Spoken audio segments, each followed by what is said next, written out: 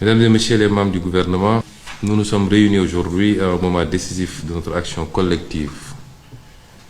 Et après 15 mois d'exercice, il est temps d'engager une nouvelle étape, une étape marquée par une exécution plus rapide, une meilleure coordination et un suivi rigoureux de nos priorités nationales. Je tiens d'abord à féliciter chaleureusement le ministre de l'économie, du plan et de la coopération, le ministre des Finances et du Budget, ainsi que tous les acteurs qui ont été impliqués dans la préparation et le vote de la loi de finances rectificative. Le travail exemplaire nous permet d'avancer avec des ressources désormais disponibles.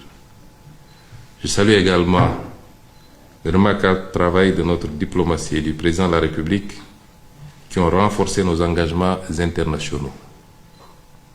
Cette réunion est donc l'occasion d'affirmer un changement de rythme et de méthode. Nous devons fixer ensemble un cap clair, celui de l'efficacité collective. Pour cela, nous allons nous appuyer sur ce qui fonctionne déjà, afin de gagner du temps et d'optimiser notre action. Je voudrais féliciter également M. le ministre d'État chargé du suivi de l'agenda, M. le directeur général du BOX et les consultants qui nous accompagnent pour la qualité du travail qui a été abattu jusqu'à présent et qui a été une fois encore plébiscité lors de cette réunion. Permettez-moi de vous exposer les grandes lignes de notre feuille de route avec des attentes précises et des échéances à court terme.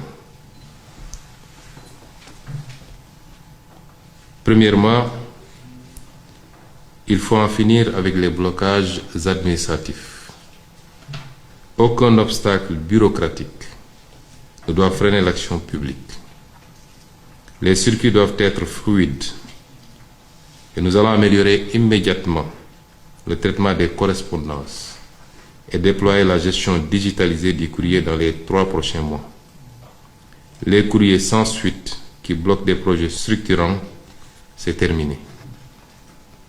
Deuxièmement, tous les projets financés en cours doivent être accélérés. La primature, en lien avec le BOX, assurera un suivi rapproché pour garantir leur exécution effective. Troisièmement, les projets mûrs et inscrits dans la loi de finances rectificative doivent être lancés rapidement.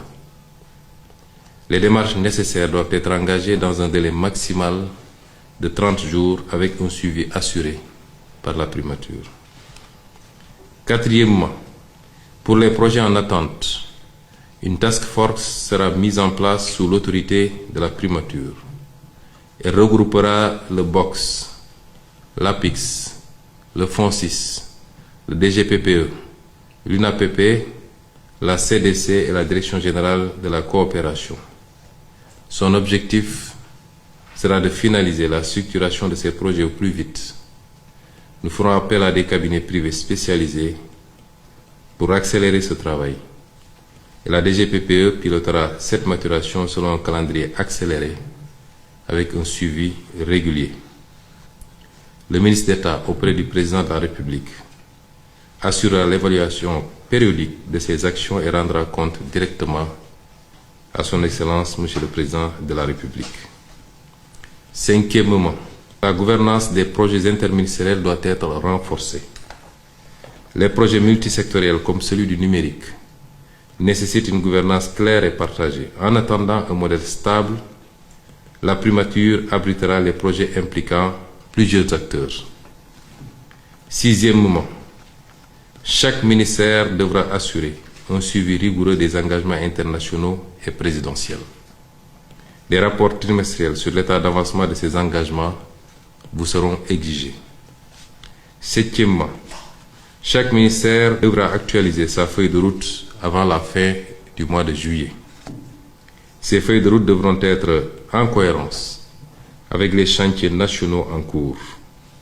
J'attends également des ministères concernés, tels que le ministère des Transports, de l'Industrie, de la Justice, de l'Intérieur, un plan détaillé de mise en œuvre des conclusions des États généraux et autres initiatives.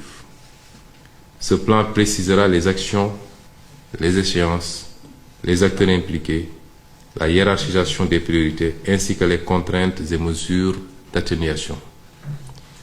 Je souhaite recevoir ces plans consolidés au plus tard le 15 août.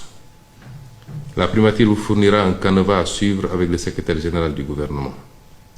Ces projets feront l'objet d'un suivi particulier pour accélérer leur mise en œuvre. Je tiens aussi à souligner l'importance de la préparation des Jeux olympiques de la jeunesse 2026. Leur organisation doit être rigoureuse et anticipée, car ils représentent un enjeu majeur pour notre pays. Enfin, 8e point, la mobilisation pour le plan de redressement doit être totale. Dans les prochains jours, je présenterai ce plan de redressement d'abord en Conseil des ministres, avant d'en faire une présentation publique qui sera suivie d'une série d'activités pour le vulgariser. Les réformes prioritaires, telles que la simplification administrative, l'emploi, l'attractivité des investissements, doivent être mises en œuvre sans délai. Un premier bilan sera attendu en fin septembre. Un programme de communication soutenu sera déployé en août et septembre pour informer pleinement nos populations et toutes les parties prenantes. Pour conclure, je vais être clair.